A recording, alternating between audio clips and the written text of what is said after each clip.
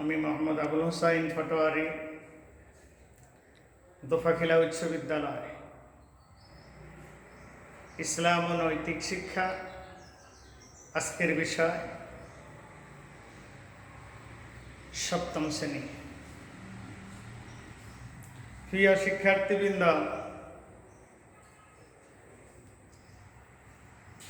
অনলাইনের মাধ্যমে আমরা তোমাদের ক্লাস নিতে যাচ্ছি। আমরা যখন কোনো কিছু পেতে চাই, অর্জন করতে চাই, তখন আমাদের কিসের প্রয়োজন হয়? শ্রমের। আল্লাহ এই পৃথিবীতে অনেক সম্পদ দান করেছে, আর এই সম্পদ আহরণের জন্য আমাদেরকে কিছু উপাদান দান করেছে। সেটা চাকরির মাধ্যমেই হোক, ব্যবসা বাণিজ্যের মাধ্যমেই হোক,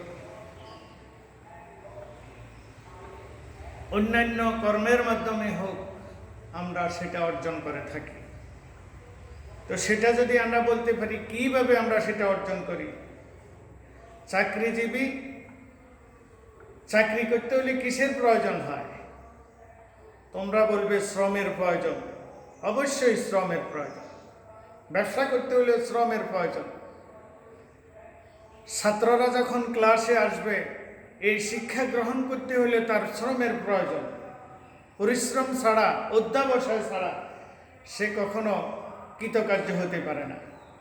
তো এই জন্যই আজকে আমরা আমাদের এই ক্লাসে শ্রম সম্পর্কে আলোচনা করি। আজকের আলোচ্য বিষয় আমাদের হলো শ্রম। শ্রম শ্রম শব্দের অর্থ কি? মানুষ জীবন ধারণের জন্য যে কাজ করে তাই শ্রম। মানুষ জীবন ধারণের জন্য যে কাজ করে তাই শ্রম। মানুষ নিজের জন্য, নিজের পরিবার পরিজনের জন্য, প্রাণীদের উপকারের জন্য যে কাজ করে সেটাই হলো শ্রম। এই শ্রম সম্পর্কে আল্লাহ রাব্বুল আলামিন কালামে পাকে ইরশাদ করেছেন, ফাইজা কুদিয়াতিস সালাতু ফান্তাশিরু ফিল আরদ ওয়াবতাগু মিন ফাদলিল্লাহ ওয়াজকুরুল্লাহা কাসীরান লাআল্লাকুম তুফলিহুন। আমাদের নামাজ শেষ হয়ে যায়, ফান্তাশিরু জমিনে ছড়িয়ে পড়ো, ওয়াবতাগু মিন ফাদলিল্লাহ, আল্লাহ রাব্বুল আলামিন যে রিজিক আমাদের জন্য এই পৃথিবীতে দিয়েছেন সেটাকে আমরা কুড়িয়ে নেওয়ার জন্য। কিভাবে কুড়িয়ে নিব আমরা? চাকরি, ব্যবসা, বিভিন্ন শ্রমের মাধ্যমে আমাদের রিজিকের ফয়সালা আল্লাহ রাব্বুল আলামিনের ব্যবস্থা করে রেখেছেন, এটা আমরা কুড়িয়ে নিতে হবে। এটাই হলো শ্রমের অর্থ। আল্লাহ রাব্বুল আলামিন শ্রমের মাধ্যমে কিভাবে রিজিকের ফয়সালা হবে আল্লাহ রাব্বুল আলামিন বলে দিয়েছেন। এখন আসো শ্রমের মর্যাদা। শ্রমের মর্যাদা, ইসলামের শ্রমের মর্যাদা অত্যধিক। ইসলামের শ্রমের মর্যাদা অত্যধিক। শ্রম ছাড়া কোনো জাতি উন্নত করতে পারে না।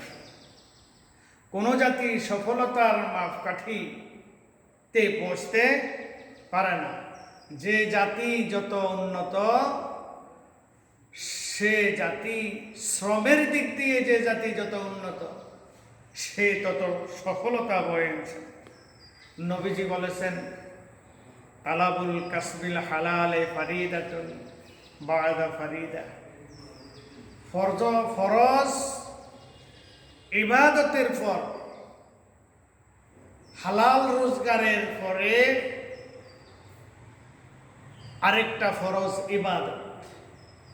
তাহলে ফরজ ইবাদতের পাশাপাশি হালাল রোজগারটাও আমাদের জন্য ফরজ। যেই ব্যক্তি হালাল রোজগার করে পরিবারে নিয়ে খাওয়া দাওয়ার পর পরিবারে নিয়ে একসাথে ঘুমায়, ওই পরিবারের কর্তার সারা রাত্রি নফল ইবাদত হিসেবে পরিগণিত হয় আল্লাহর দরবারে। প্রিয় ছাত্রছাত্রীবৃন্দ, মানুষের কল্যাণের জন্য আল্লাহ তাআলা এই পৃথিবীতে অনেক সম্পদ দিয়েছেন, আর এই সম্পদ আহরণের জন্য একমাত্র কেবলমাত্র দরকার শ্রমের। আমাদের সৃষ্টির শুরু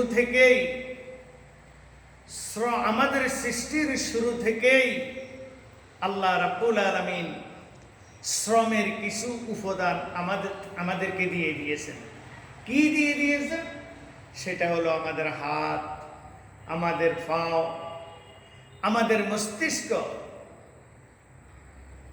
এই অঙ্গ প্রত্যঙ্গগুলো দিয়ে শ্রমের যেখানে যেভাবে যা যা প্রয়োজন, আমাদের মস্তিষ্ক দিয়ে ব্রেন খাটিয়ে আমরা শ্রমের মাধ্যমে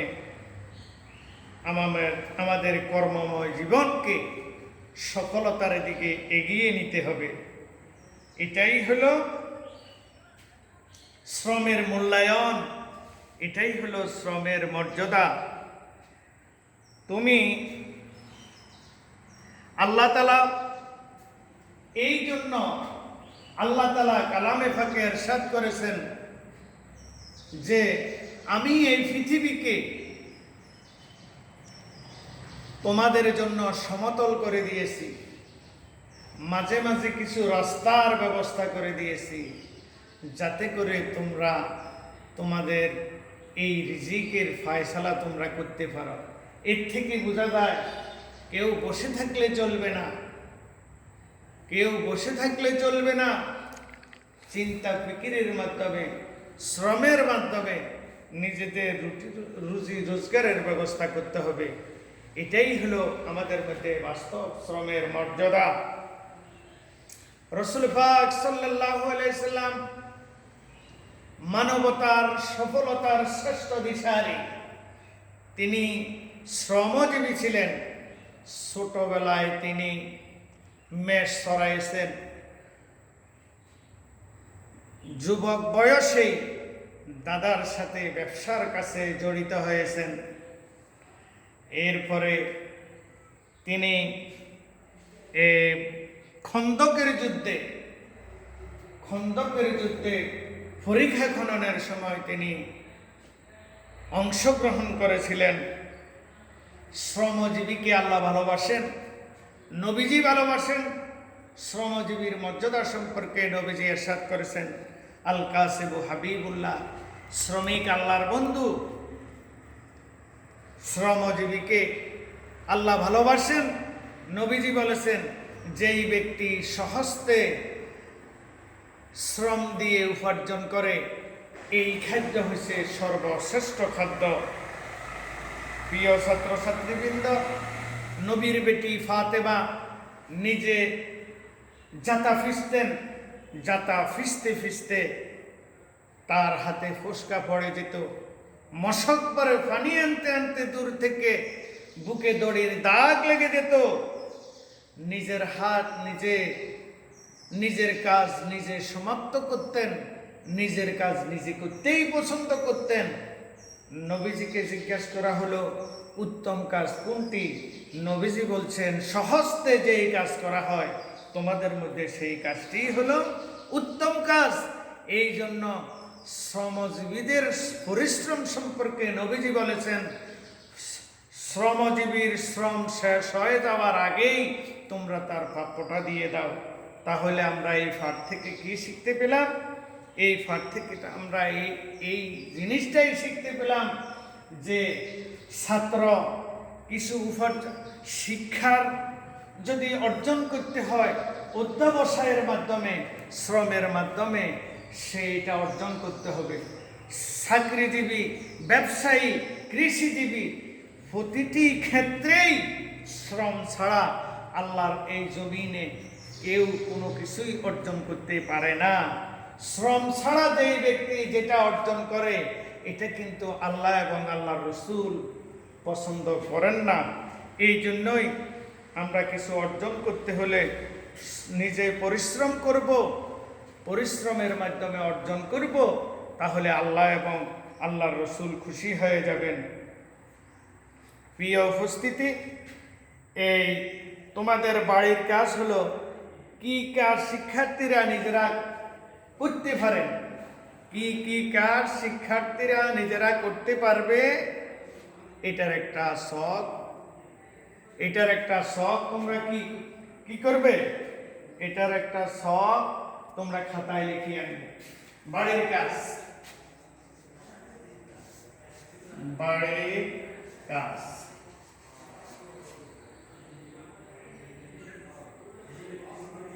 কি কি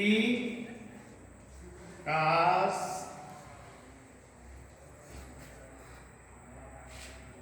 ছাত্ররা করতে পারে,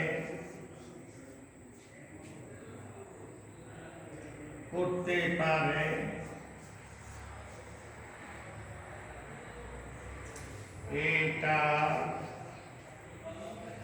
একটা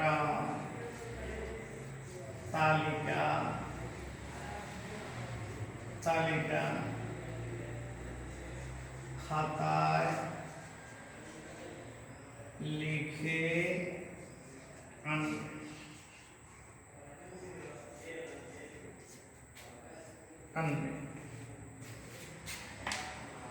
তো আজকের তোমরা সুস্থ থাকো, ভালো থাকো, স্বাস্থ্যবিধি মেনে চলো, পরিষ্কার পরিচ্ছন্নতার মাধ্যমে নিজেদের শরীরকে, নিজেদের কাজকর্মকে ভালো রাখো, ভালো থেকো, স্বাস্থ্যবিধি মেনে চলো। এই বলে আজকের ক্লাস সমাপ্ত ঘোষণা করলাম।